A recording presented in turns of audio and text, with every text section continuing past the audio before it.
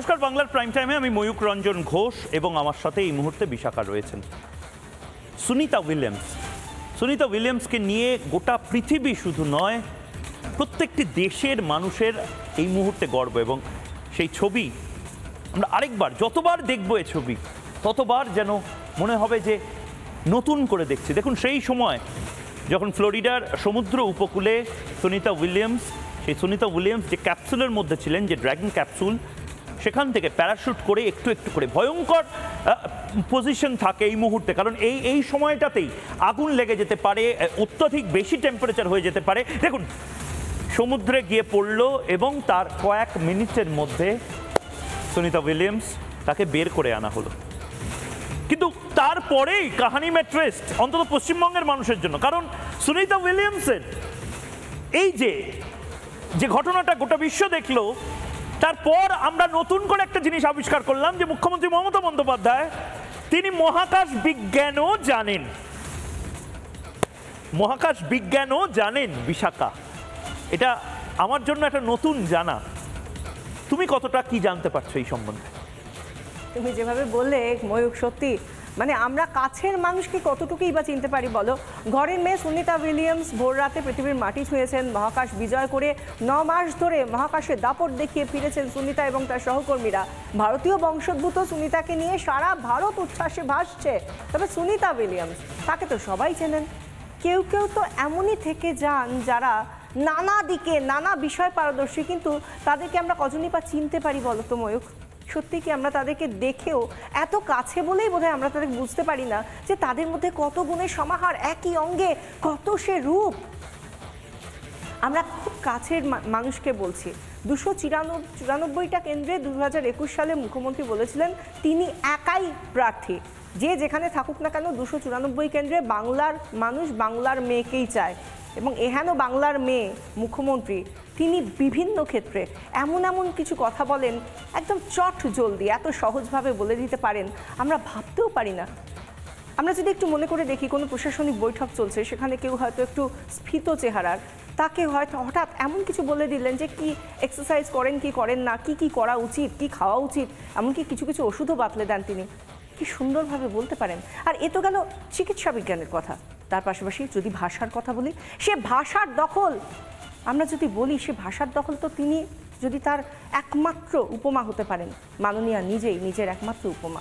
কোন ভাষা জানেন না তিনি নিজেই, তিনি বারবার বলেছেন, সে যে ভাষাই হোক না কেন। এবং আমরা যদি ভারতীয় ভাষার কথা বলি, বাকি সব ভাষা পাশে রেখে দিচ্ছি, আমরা সংস্কৃত ভাষা, তার যে উচ্চারণ, তার যে মন্ত্রোচ্চারণ, যে দক্ষতা, যে দখল মুখ্যমন্ত্রীর, আমরা একে একে সেগুলো মনে রাখি কি? মনে রাখা প্রয়োজন। আমার মনে হয় আজকের দিনটায় দাঁড়িয়ে তাকে নতুন করে আরও ভালো করে চেনা দরকার, যখন তিনি নিজেই বিধানসভার অধিবেশনের কক্ষ থেকে তিনি বলেছেন যে তিনি মহাকাশ বিজ্ঞানটাও জানেন। তিনি বলে দিচ্ছেন কেন সুনিতা উইলিয়ামসের দেরি হয়েছে আসতে, কিসের জন্য, সবটা মুখ্যমন্ত্রী জানেন। একটু একটু করে জানাবো আমরা। কত কি জানার আছে বাকি। সত্যি কথা, এই সাংবাদিক জীবনে প্রতিদিন নতুন জিনিস জানছি, নতুন জিনিস নিয়ে আমাদের প্রত্যেকেরই পড়াশোনা করতে হয়। ডাক্তারদের যেরকম প্রতিদিন জানতে হয় কোন মেডিসিন, কোন ড্রাগ বদলে যাচ্ছে, কোন চিকিৎসা বিজ্ঞান বদলে যাচ্ছে, তার পদ্ধতি কিভাবে বদলে যাচ্ছে, ঠিক সেভাবেই আমরাও নতুন জিনিস প্রতিদিন জানি, এবং এই প্রতিদিন যে জানা, সেই জানাগুলো বড় সুন্দর। এই মুহূর্তে আমরা যেরকম জানলাম যে মুখ্যমন্ত্রী মমতা বন্দ্যোপাধ্যায়, যাকে আমরা জানতাম তিনি আইন জানেন, তিনি স্বাস্থ্যবিজ্ঞান সম্বন্ধে জানেন, চিকিৎসা বিজ্ঞান সম্বন্ধে জানেন, তিনি রাজনীতি তো জানেনই, মহাকাশ বিজ্ঞানও যে তিনি জানেন আমরা জানতাম না। এবং এটা আমরা জেনে আপ্লুত, বাংলার মানুষ আপ্লুত যে বাংলার মুখ্যমন্ত্রী এই মুহূর্তে চিকিৎসা বিজ্ঞান শুধু নয়, মহাকাশ বিজ্ঞানও জানেন। কি বলেছেন মুখ্যমন্ত্রী মমতা বন্দ্যোপাধ্যায় একবার যদি দেখি, তিনি বলেছেন সুনিতা অসহ্য যন্ত্রণা সহ্য করেছে। সুনিতা চাওলা ফিরেছেন, আমি জানি না সুনিতা চাওলাকে, তবে অনেক যন্ত্রণা সহ্য করেছেন সুনিতা চাওলা বলে মাননীয় মুখ্যমন্ত্রী বলেছেন। মাননীয় মুখ্যমন্ত্রী বলেছেন মানে ঠিকই হবে নিশ্চয়ই। সুনিতাকে শুভেচ্ছা, এবং তারপর তিনি বলেছেন উদ্ধারকারী দলকে ধন্যবাদ। যেভাবে তিনি বাংলার কোনো ঘটনা ঘটলে বলেন ঠিক সেভাবেই বলেছেন, এবং তারপর বলেছেন মহাকাশ জানে কিছু গোলমাল হয়েছিল বলে শুনেছি। কিভাবে শুনেছেন? তিনি বললেন, আমি নিজে মহাকাশ বিজ্ঞান নিয়ে পড়েছি। মহাকাশ বিজ্ঞান নিয়ে পড়ার ফলে সুনিতা চাওলা ফিরেছেন, অসহ্য যন্ত্রণা সহ্য করেছেন, এই সমস্ত কিছুও তিনি জেনেছেন। তবে সুনিতা উইলিয়ামস আমরা জানতাম, সুনিতা চাওলাকে সেটা আমরা জানি না। মাননীয় মুখ্যমন্ত্রীর প্রতিক্রিয়া যদি আমরা পাই আমরা বাধিত হব, কিন্তু আমরা কল্পনা চাওলা তাকে তো আমরা জানতাম, তিনি ভারতীয় ছিলেন। কল্পনা চাওলা এবং সুনিতা উইলিয়ামস দুজন আলাদা ব্যক্তি। এক শুভেন্দু অধিকারী, বিরোধী দলনেতা শুভেন্দু অধিকারী, তিনি এ বিষয়ে কি বলেছেন একবার শুনবো। সুনিতা চাওলা, কল্পনা চাওলার নাম জানে না একটা মূর্খ মুখ্যমন্ত্রী, না মূর্খ। এর আগে বলেছিল রাকেশ রোশন চাঁদে গেছিল, ইন্দিরা গান্ধী চাঁদে গেছিল, এক্ষুনি বলেছে বিধানসভায় সুনিতা চাওলা। বাঙালি হিসেবে আজকে লজ্জিত আমরা। মুখ্যমন্ত্রী ক্ষমা চান। সত্যি আমরা মাঝে মাঝে ভাবি যে কোন জায়গায় আমরা আছি, আমরা কত অল্প আমাদের জানার বিচরণ ক্ষেত্রটা কত কম জানি। কিন্তু এই যে বলছিলাম, একজন মানুষ যিনি প্রশাসন সামলাচ্ছেন, সামগ্রিকভাবে একটা রাজ্য সামলাচ্ছেন, রাজ্যের অভিভাবক, তার সত্ত্বেও তিনি কিন্তু কোনো জায়গায় তার কোনো রকম খামতি নেই, জানার খামতি তো একেবারেই নেই। তিনি সমস্ত কিছু জানেন, তিনি চিকিৎসা বিজ্ঞান জানেন, তিনি ভাষা জানেন, তিনি নিজে আইনজীবী, তিনি একটার পর একটা তার কোর্স করেছেন। তিনি যদি দেখা যায় তাহলে আজকে সবথেকে বড় বিষয় যেটা নিয়ে আমরা পা ফেলবো কি ফেলবো না ভাবি, মহাকাশ বিজ্ঞান না জানি কত বড় বিষয়, এটাও জলভাতের মতো সহজ করে তিনি বলতে পারেন কোথায় কোথায় কি গলদ রয়েছে। সুনিতা উইলিয়ামসরা কেন এতদিন পরে এলেন সেটাও একেবারে এক কথায় বাতলে দিতে পারেন মুখ্যমন্ত্রী মমতা বন্দ্যোপাধ্যায়। তাই এখানে মমতা বন্দ্যোপাধ্যায় কবে মহাকাশ বিজ্ঞান নিয়ে পড়েছেন সেটা তার সঙ্গে যারা এতদিন ধরে ওঠা বসা করেছেন, বিশেষ করে বিরোধী বেঞ্চে যারা থেকেছেন, তারা কি জানেন? আমরা এরকমই প্রশ্ন করেছিলাম একজন বিজেপি বিধায়ককে, শিলিগুড়ির বিজেপি বিধায়ক শঙ্কর ঘোষকে। তিনি এর প্রেক্ষিতে তার জানা অজানার জায়গা থেকে ঠিক কি বললেন শুনুন। স্পেস সায়েন্স নিয়ে পড়াশুনো মনে হয় মুখ্যমন্ত্রী ডহরবাবুর সাথে করেছিলেন। ডহরবাবু? আচ্ছা আচ্ছা, ওই ডহরবাবু। সিধু কানু, তারপরে বলেছিলেন ডহরবাবু কোথায়। তো এই ডহরবাবুর সাথে যেহেতু পড়াশুনো করেছিলেন, বলে আমার পক্ষে এটা জানা সম্ভব হয়নি যে এই স্পেস সায়েন্স আর ডহরবাবুর উপস্থিতি দুটো এক কিনা। শঙ্করবাবু সেই 2011 30শে জুনে চলে গিয়েছিলেন হুল দিবসে। মুখ্যমন্ত্রী মমতা বন্দ্যোপাধ্যায় তিনি সিধু কানুর পরিবারের লোকজন এসেছেন, ডহরবাবুর পরিবারের লোকজন কোথায় প্রশ্ন করেছিলেন।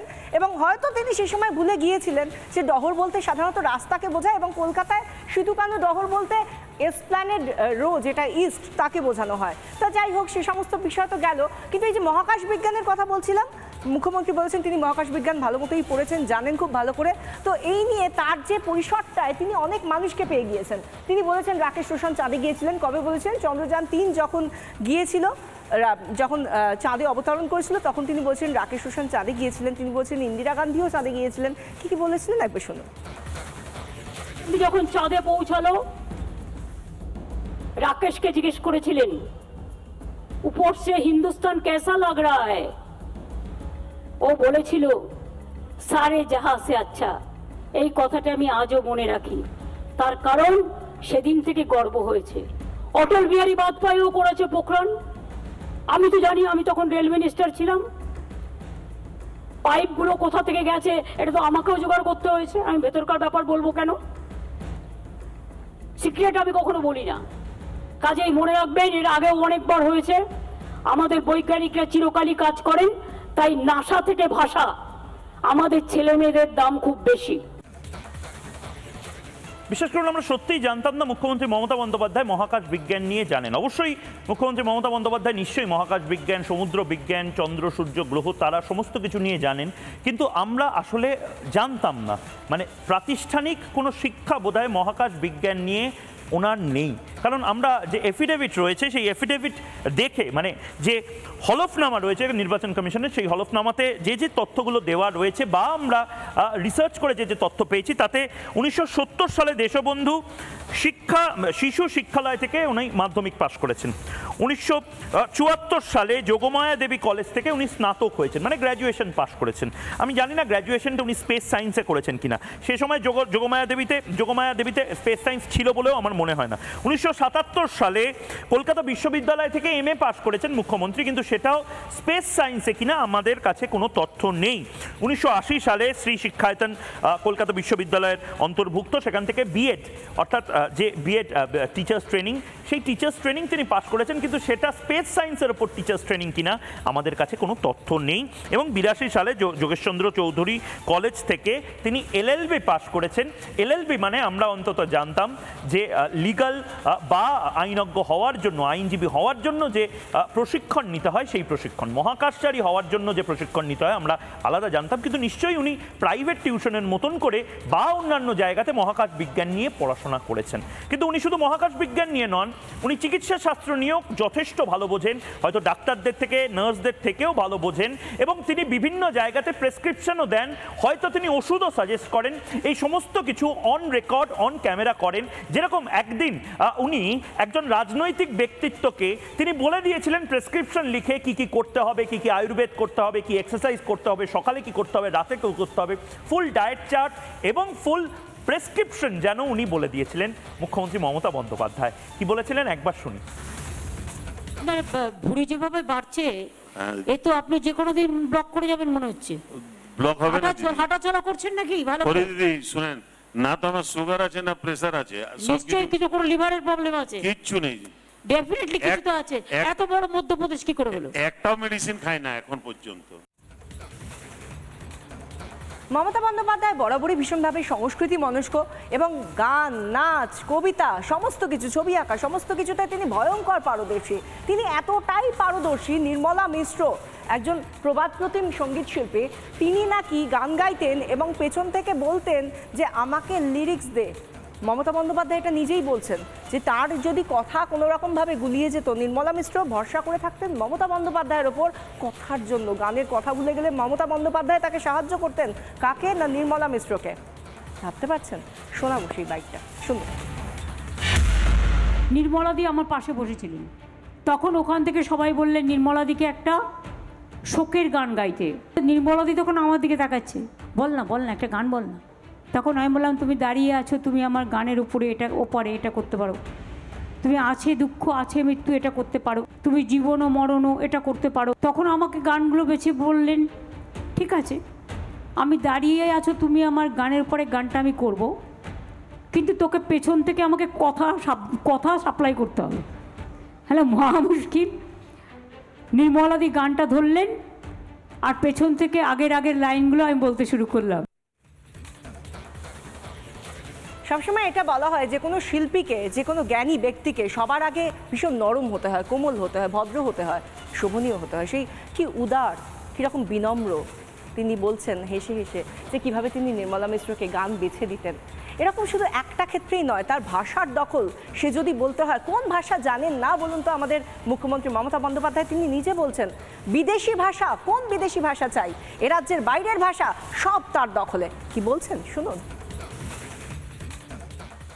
শুনুন, আমি গুজরাটি ভাষায় আমি জানি, আমি কথা বলতে পারি। আমি ভিয়েতনামি ভাষা জানি, ইয়েস, আমি যখন ভিয়েতনামে গিয়েছিলাম ভিয়েতনামি শিখেছিলাম। আমি রাশিয়ান ল্যাঙ্গুয়েজ কিছু জানি, কারণ আমি রাশিয়ায় 3 বার গেছি, আমি শিখেছি একটু। আমি নাগামিজ জানি, কারণ আমি নাগাল্যান্ডে অনেকদিন কাজ করেছি। আমি মণিপুরি ল্যাঙ্গুয়েজ জানি, আমি আসামি ল্যাঙ্গুয়েজ জানি, আমি ওড়িয়া ল্যাঙ্গুয়েজ জানি, আমি পাঞ্জাবি ল্যাঙ্গুয়েজ জানি, আমি মারাঠা ল্যাঙ্গুয়েজ জানি, আমি বাংলা ল্যাঙ্গুয়েজ জানি, আমি হিন্দি জানি, আমি উর্দু জানি, আমি গোর্খা জানি, আমি নেপালি জানি। ভাবতেও ভালো লাগে যে আমরা এমন এক রাজ্যে বাস করি যে রাজ্যের মুখ্যমন্ত্রী তিনি এতগুলো ভাষা জানেন। তিনি নিজে দাবি করছেন চিকিৎসা শাস্ত্র সম্বন্ধে তার অগাধ জ্ঞান, ভাষা নিয়ে অগাধ জ্ঞান, শাস্ত্র নিয়েও তার অগাধ জ্ঞান, এবং তিনি মাঝে মধ্যেই বলেন যে আমাকে হিন্দুত্বের পাঠ পড়াচ্ছ, এবং তারপর তিনি অনেক স্তোত্র পাঠ করেন, অনেক শাস্ত্র সম্বন্ধে বক্তব্য রাখেন, যেগুলো শুনলে বারবার মনে হয় আরও বেশি করে শুনি, আবার শুনি, বারবার শুনি, যেরকম এখন শুনি। ওং জয়ন্তী মঙ্গলা কালী ভদ্রকালী কপালিনী দুর্গা শিবা ক্ষমা ধাত্রী সাহা সদা নমস্তুতে। মধুকৈটব বিদ্যাত্রী বরদে নমো রূপং দেহি জয়ং দেহি যশো দেহি দিশো জয়ী মহিষাসুর নির্নাশ বিধাত্রী বরদে নমো রূপং দেহি জয়ং দেহি যশো দেহি দিশো জয়ী বন্দিতাগ্নি যুগে দেবী সর্বসৌভাগ্য দায়িনী রূপং দেহি জয়ং দেহি যশো দেহি দিশো জয়ী। ওটা আসছি। বন্দিতাগ্নি যুগে দেবী সর্বসৌভাগ্য দায়িনী চণ্ড মুন্ড বোধে দেবী কালী কপালিনী দুর্গা শিবা ক্ষমা ধাত্রী সাহা সধা নমস্তুতে মধুকৈটব বিদ্যা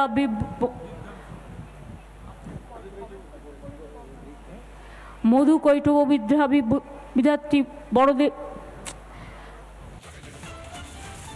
ভাবতেও ভালো লাগে যখন কেউ চণ্ডীপাঠ থেকে মহাকাশ বিজ্ঞান, চিকিৎসা শাস্ত্র থেকে রাজনীতি, দর্শন, সমাজ বিজ্ঞান সমস্ত কিছু জানেন।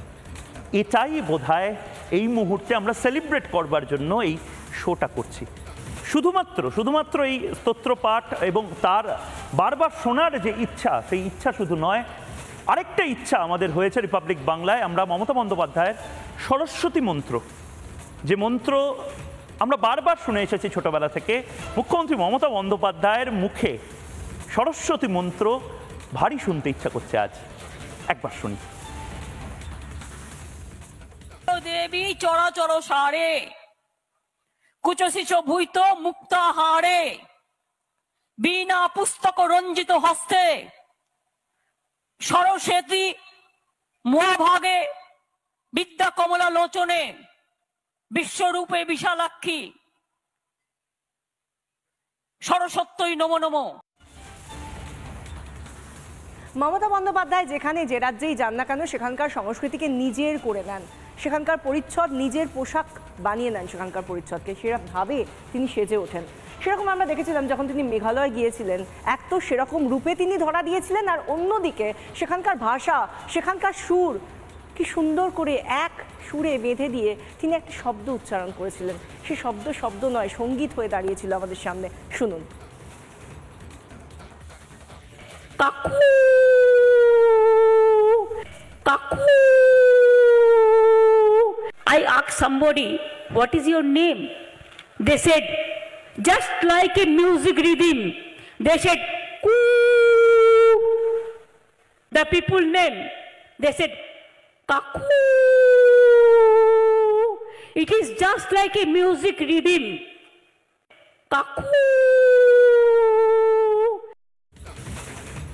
বিশ্বাস করুন, আজ আমরা আমাদের গোটা লাইব্রেরি, সেই লাইব্রেরি থেকে তন্ন তন্ন করে এই সমস্ত মণিমাণিক্য খুঁজেছি এবং এগুলোকে আপনাদের সামনে আমরা দেখানোর জন্য বারবার চেষ্টা করেছি। তার কারণ সত্যিই মাননীয় মুখ্যমন্ত্রী এই ধরনের যে প্রতিক্রিয়া বা যে অংশগুলো, সেগুলো আপনাদেরও দেখা উচিত ছিল। একদমই তাই, সেগুলো শেয়ার করারই কথা। এবং আমরা জানি যে আগামী বছর হয়তো গগনযানের জন্য আমরা মহাকাশে নভোশ্চর পাঠাবো। সেই সময়ও নিশ্চয়ই মহাকাশ বিজ্ঞান চর্চা করা মুখ্যমন্ত্রী নিশ্চয়ই আরও কিছু প্রতিক্রিয়া দেবেন, তার অপেক্ষায় থাকলাম। আপাতত বাংলার প্রাইম টাইমে একটা ছোট্ট বিরতি, ফিরে আসছে। নানা ধরনের কন্টেন্ট দেখার জন্য লাইক করুন, শেয়ার করুন আমাদের ফেসবুক পেজ, সাবস্ক্রাইব করুন আমাদের ইউটিউব চ্যানেল। পাশাপাশি অন্যান্য ব্রেকিং নিউজের জন্য অবশ্যই চোখ রাখুন রিপাবলিক বাংলায়।